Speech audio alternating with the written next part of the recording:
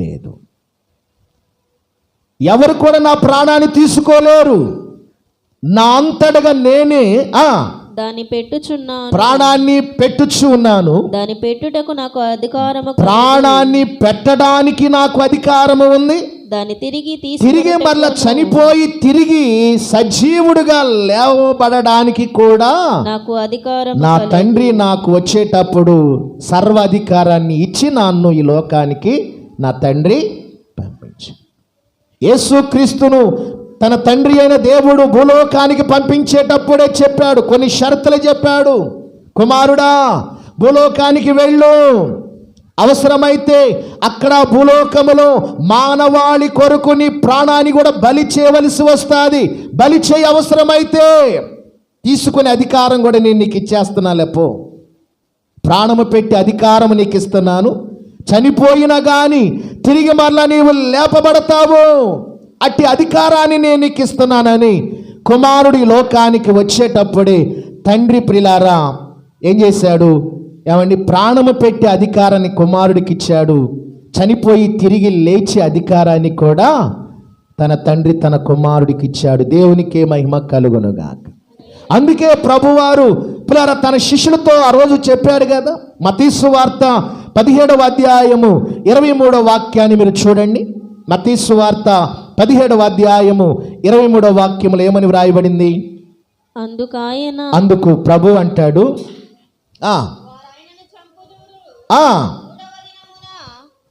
వారు ఆయనను చంపుతారు, మూడవ దినమున ఆయన లేచునని వారితో చెప్పగా వారు బహుగా దుఃఖపడిరి. దేవునికే మహిమ కలుగునుగా.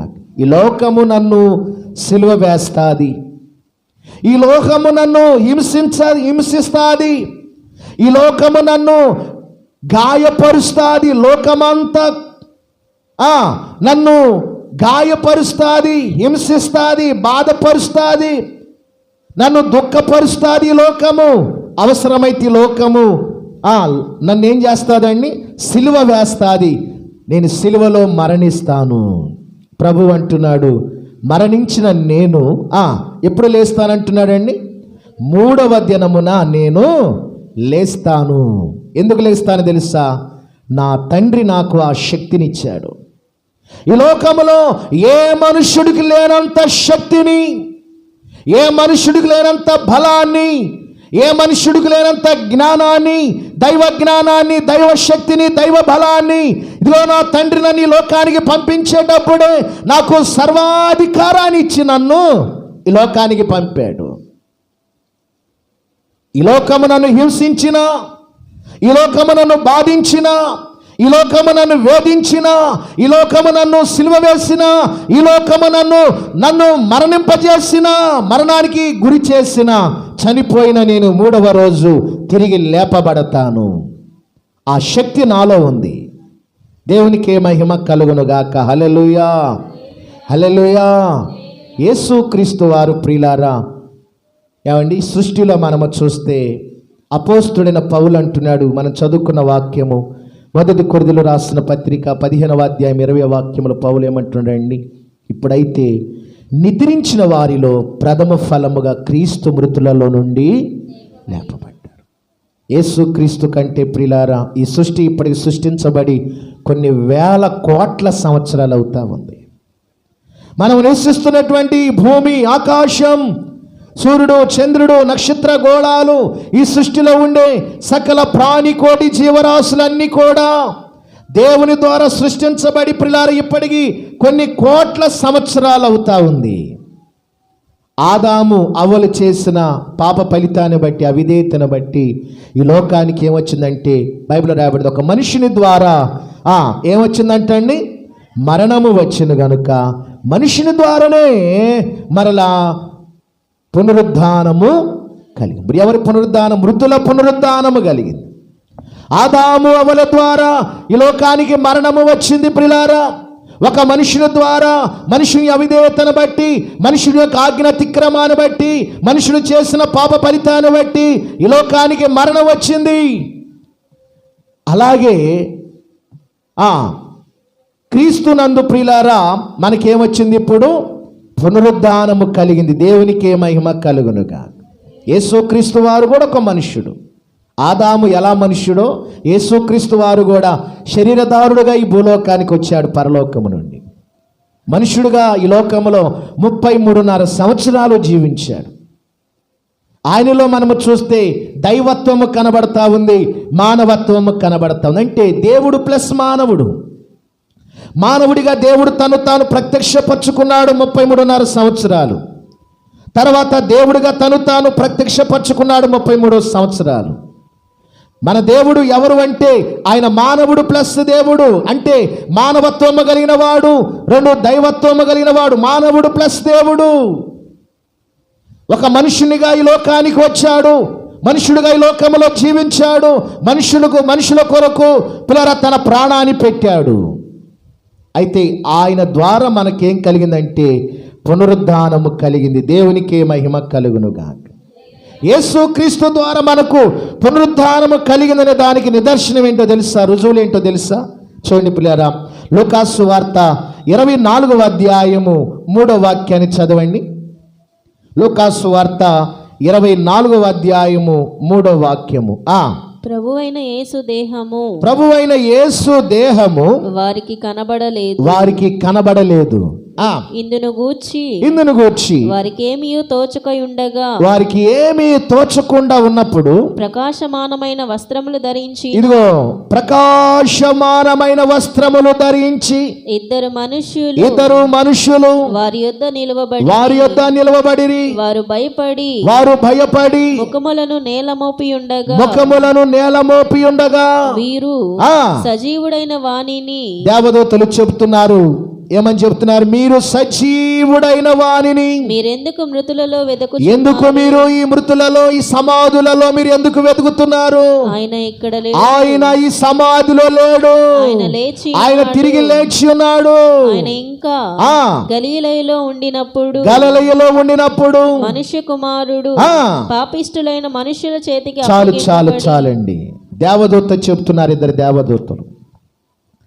యేసుక్రీస్తు వారు సమాధి దగ్గరకు ప్రిలారా చూడండి, కొందరు స్త్రీలు సుగంధ ద్రవ్యాలను పిల్లరా వారు చేతబట్టుకొని ఆదివారము పిల్లరా తెల్లవారు చుండగానే, చీకటిగా ఉండగానే యేసు ప్రభు వారిని సమాధి చేసిన సమాధి దగ్గరకు వచ్చారండి. వచ్చి చూస్తే సమాధి ఏం చేయబడింది? రాయి దొర్లింపబడింది, సమాధి తెరవబడింది. ప్రభు వేసుకున్న వస్త్రాలు అక్కడే ఉన్నాయి, కానీ ప్రభు అక్కడ లేడు. ఆ స్త్రీలు ఆశ్చర్యపడిపోతున్నారు, భయపడుతున్నారు.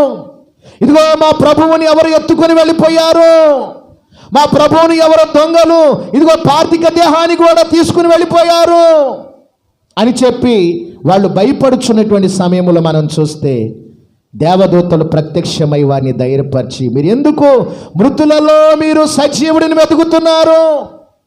ఇదిగో సమాధి చేయబడినటువంటి యేసు ఆయన మృత్యుంజయుడు, ఆయన సజీవుడునైన దేవుణ్ణి మీరు ఎందుకు ఈ సమాధులలో వెతుకుతున్నారు? మా ప్రభు ఎక్కడ ఉన్నాడని ఆయన చెప్పినట్లుగా 3వ దినమున తిరిగి లేచాడు గనుక సమాధి ఖాళీగా ఉన్నది. దేవునికే మహిమ కలుగునుగాక. హల్లెలూయా. యేసుక్రీస్తు పునరుద్ధానుడయ్యాడు అనడానికి గల సాక్ష్యం ఏంటంటే మొట్టమొదటిగా సమాధి ఖాళీ చేయబడిందండి. సమాధి ఖాళీగా ఉంది. ఈ లోకంలో ఎవరి సమాధి ఖాళీగా ఉందని మనం ఆలోచిస్తే ప్రభువైన యేసుక్రీస్తు వారి ఒక్కరి సమాధి మాత్రమే ఖాళీగా ఉంది. ఆ సమాధిలో ఆయన లేడు. చనిపోయిన వారందరూ కూడా సమాధి చేయబడ్డారు. ఇప్పటి వరకు వారి యొక్క కళేబరాలు మట్టికి మట్టి అయిపోయిన మట్టి అంతా కూడా మట్టిలో కలిసిపోయి సమాధిలోనే అలాగా ఉండిపోయారు ఇన్ని కోట్ల సంవత్సరాల నుంచి, ఆదాము నుండి యేసుక్రీస్తు వరకు ఇప్పటి వరకు కూడా. కానీ సమాధి ప్రియులారా ఖాళీగా ఉందంటే అది ఎవరి సమాధి తెలుసా? యేసుక్రీస్తు వారి యొక్కరి సమాధి మాత్రమే ఖాళీగా ఉంది. తెరవబడింది, మొయ్యబడిన సమాధి తెరవబడింది. సమాధి మీద ఉన్న రాయి బొర్లించబడింది. దేవునికే మహిమ కలుగునుగాక. హల్లెలూయా. ఎవరు బొర్లించారండి? ఏమండి, ఆనాటి యొక్క రోమా ప్రభుత్వము యేసు ప్రభు వారిని అర్త్యమయ యేసేపు యొక్క సమాధిలో పెట్టి, ఆ గృహలో పెట్టి పెద్ద రాయిని సమాధికి వెలుపల పెట్టి రోమా గవర్నమెంట్ సీల్ వేసేసింది. సీల్ వేయటం కాదు, ఒకవేళ యేసు ప్రభు వారి శిష్యులు వచ్చి ఈ చచ్చిపోయినటువంటి యేసు ప్రభు వారి యొక్క పార్థిక దేహాన్ని తీసుకుని వెళ్ళిపోతారేమో అని చెప్పి రోమా ప్రభుత్వం ఏం చేసిందండి, అక్కడ రోమా సైనికులను కూడా ఆ సమాధి తోటలో కొన్ని వందల మంది సైనికులు మోకరించి ఉన్నారు. సైనికులు కాపలాగాస్తున్నారు. ఎప్పటి నుండి ఎప్పటి వరకు? శుక్రవారము మధ్యాహ్నము యేసుక్రీస్తు వారు పిల్లల సమాధి చేయబడిన ఆ సమయము నుండి ఆదివారము తెల్లవారుచుండగా ప్రభువారు సమాధి నుండి తిరిగి లేచేంత వరకు కూడా రోమా సైనికులు ప్రియులారా రాత్రనక పగలనక ఎండనక వాననక నిద్రాగారాలు మానుకొని కొన్ని వందల సైనిక సమూహము ప్రియులారా చూడండి, ఆ గొలగతా ఆ కల్వరి కొండ చుట్టూ కూడా కాపలా కాస్తున్నారు. పగలని లేదు, రాత్రని లేదు, కొనుకుపాటు రాకుండా. అయితే ప్రియులారా అనుకోని క్షణములో ఏం జరిగింది తెలుసా? దేవదత్తులు వచ్చేశారు. ఏమండి, యేసు ప్రభు వారు అరితమ యేసేపు యొక్క సమాధిలో ఆయన పార్థిక దేహం ఉంది. దేవదత్తులు వచ్చి మొట్టమొదటి ఏం చేశారండి? ఏమండి, ఆ పెద్ద రాయిని వాళ్ళు అమాంతంగా దొర్లించేశారు. దేవునికే మహిమ కలుగుగా. చదువుతారా? మత్తయి సువార్త 28వ అధ్యాయము 2వ వాక్యము. మత్తయి సువార్త 28వ అధ్యాయము 2వ వాక్యము. ఇదిగో ప్రభుదూత పరలోకము నుండి ప్రభుదూత సమాధి తోట దగ్గరకు వచ్చి రాయి పొర్లించి దాని మీద కూర్చుండెను. అడ్డంగా ప్రభువుకు ఉన్నటువంటి అడ్డంగా ఉన్న సమాధికి అడ్డంగా ఉన్న రాయిని దేవదూత పరలోకం నుండి వచ్చి ఏం చేసిందండి? అమాంతంగా ప్రక్కకు త్రోసివేసి ఏం చేసింది? రాయి మరల ఎవరు బొర్లించకుండా నిమిత్తము దేవదూత ఏం చేసిందండి? ఆ రాయి మీద అలాగా కూర్చుండిపోయింది. దేవునికే మహిమ కలుగునుగాక. హల్లెలూయా, హల్లెలూయా. యేసుక్రీస్తు వారు పునరుద్ధానుడయ్యాడు అనడానికి సాక్ష్యము. మొట్టమొదటిగా మనము చూస్తే ఇప్పటి వరకు కూడా సమాధి ఖాళీగా ఉంది ప్రియులారా. అవసరమైతే మీరు యెరూషలేము వెళ్ళినప్పుడు చూడండి, అక్కడ గైడ్స్ని అడగండి మీరు. యేసుక్రీస్తు వారి యొక్క సమాధి ఖచ్చితంగా ఇదిగో ఇది అని అక్కడ ఉన్న గైడ్స్ మీకు చెప్పలేడు. బహుశా అదేమో, బహుశా ఇదేమో, బహుశా అదేమో అంటాడు, కానీ ఇది అని అక్కడ ఉన్న యెరూషలేములో ఉన్న గైడ్స్ మీకు చెప్పడు. ఎందుకంటే పిల్లారా అందరి సమాధులు మూయబడ్డాయి. యేసుక్రీస్తు వారి యొక్క సమాధి మాత్రము నేటి వరకు అది తెరవబడే ఉన్నది. అంత మాత్రమే కాకుండా సమాధి ఖాళీగా ఉంది, సమాధి మీద ఉన్న రాయి దొర్లించబడింది. అంత మాత్రమే కాకుండా పరలోకములో ఉన్నటువంటి దూతలు కూడా ఏమండి ప్రభు వారి సమాధి దగ్గరకు వచ్చి అక్కడ వెదుగుచున్న వారికి కూడా స్త్రీలకు వారు చెప్పారు, మృతులలో మీరు ఎందుకు ఈ సమాధులలో మీ ప్రభువును వెతుకుతున్నారు? ఆయన మీకు ముందుగా చెప్పినట్లుగా ఆయన తిరిగి లేచాడు, మీరు వెతకనక్కర్లేదు. మా ప్రభుని ఎక్కడ సమాధి చేశారు, ఎక్కడ ఉంది మా ప్రభు సమాధి అని మీరు సమాధులని వెతకనక్కర్లేదు. మీ ప్రభు మీకు ముందుగా చెప్పినట్లుగా ఆయన 3వ దినాన తిరిగి లేచాడు అని చెప్పి దూతలు కూడా ముందుగానే సాక్ష్యం చెప్పారు. దేవునికే మహిమ కలుగునుగా. యేసుక్రీస్తు వారు కూడా స్త్రీలకు ప్రత్యక్షమయ్యాడు, కావలి వారికి ప్రత్యక్షమయ్యాడు, పేతురుకు ప్రత్యక్షమయ్యాడు, పిల్లల పౌలుకు ప్రత్యక్షమయ్యాడు, 12 మందికి ప్రత్యక్షమయ్యాడు, 500 మందికి ప్రభువారు ప్రత్యక్షమయ్యాడు. దేవునికే మహిమ కలుగునుగాక. హల్లెలూయా. ఆయన ఎందుకు పునరుద్ధానుడయ్యాడో మీకు తెలుసా? 3 విషయాలు చెప్పి నా మాటలు ముగించి వేస్తాను. యేసుక్రీస్తు వారు పిల్లల 2000 సంవత్సరాల క్రితము ఇదే ఈస్టర్ పండుగ, ఈ పునరుద్ధాన దినమందు ఈ ఆదివారమున ఆయన ఎందుకు పునరుద్ధానుడయ్యాడు అని మీకు తెలుసా? ఎందుకు ప్రభు వారు పునరుద్ధానుడయ్యాడో తెలుసా? ఏమండి, కారణం ఏందో తెలుసా? రోమిలకు రాసిన పత్రిక చదవండి, 1వ అధ్యాయము 5వ వాక్యము. రోమా పత్రిక 1వ అధ్యాయము 5వ వాక్యము. యేసుక్రీస్తు దాసుడును ఆ, అపోస్తుడుగా మండుచుండు పిలువబడువాడును ఆ, దేవుని సువార్త నిమిత్తము ఆ.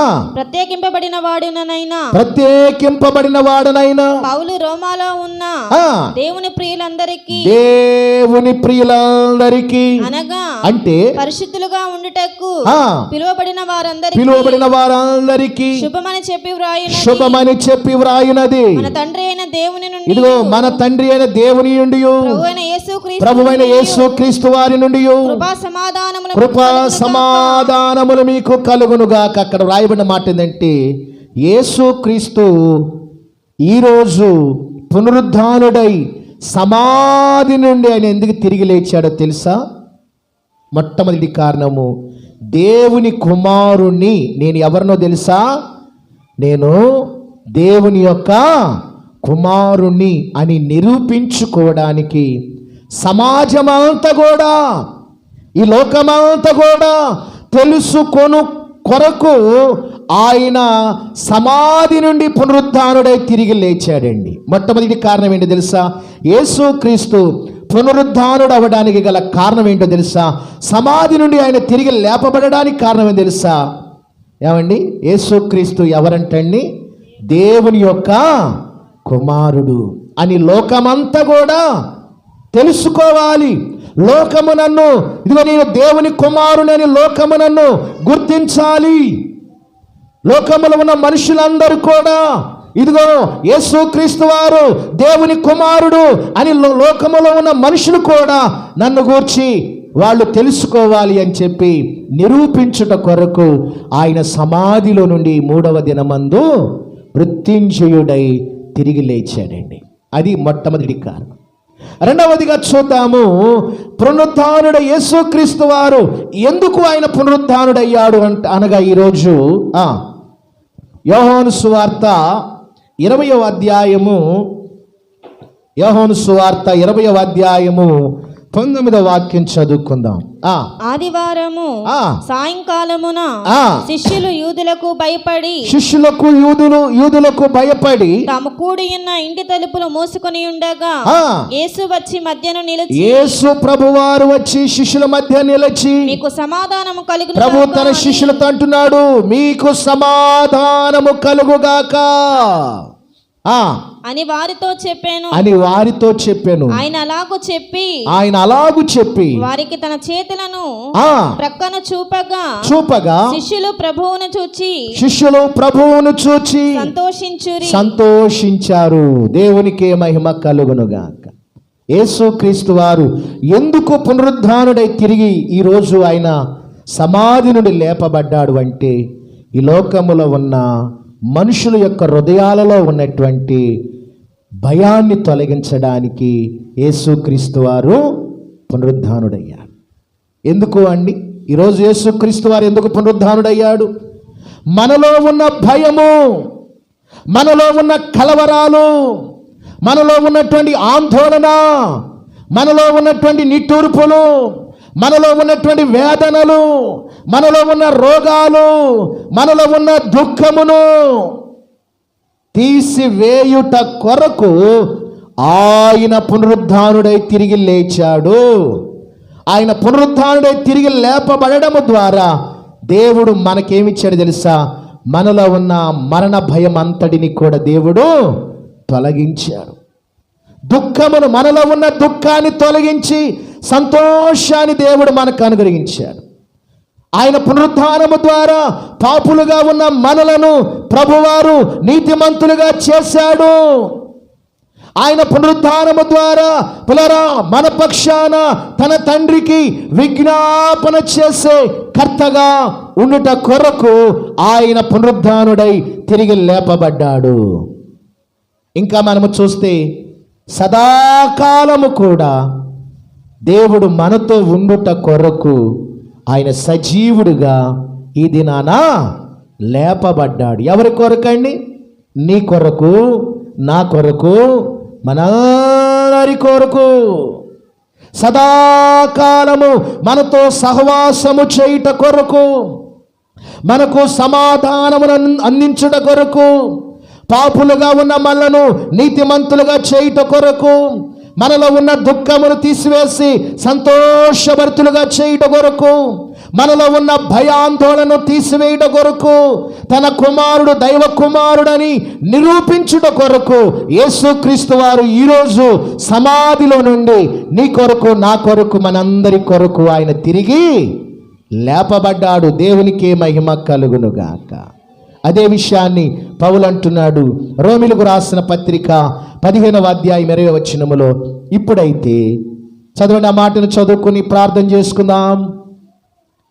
ఇప్పుడైతే నిద్రించిన వారిలో ప్రథమ ఫలముగా క్రీస్తు మృతులలో నుండి లేపబడ్డాడు. దేవునికే మహిమ కలుగునుగా. ఈ సృష్టిలో మానవుడిగా జన్మించి, మానవుడిగా జీవించి, మానవుడిగా మరణించి, మానవుడిగా సమాధి చేయబడి తిరిగి లేపబడిన వారు ఎవరు అనగా ఈ సృష్టిలో ప్రభు అయిన యేసు క్రీస్తు వారు ఒక్కరు తప్ప ఎవరు కూడా లేరు.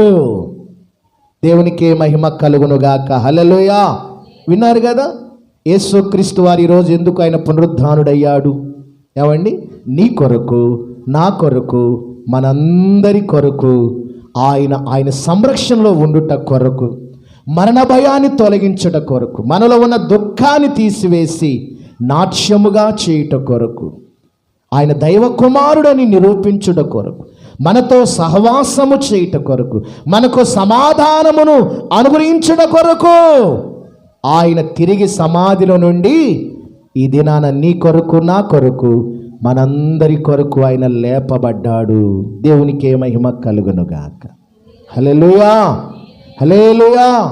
దయచేసి అందరం కూడా లేచి నిలబడదాం, ప్రార్థన చేసుకుందాం.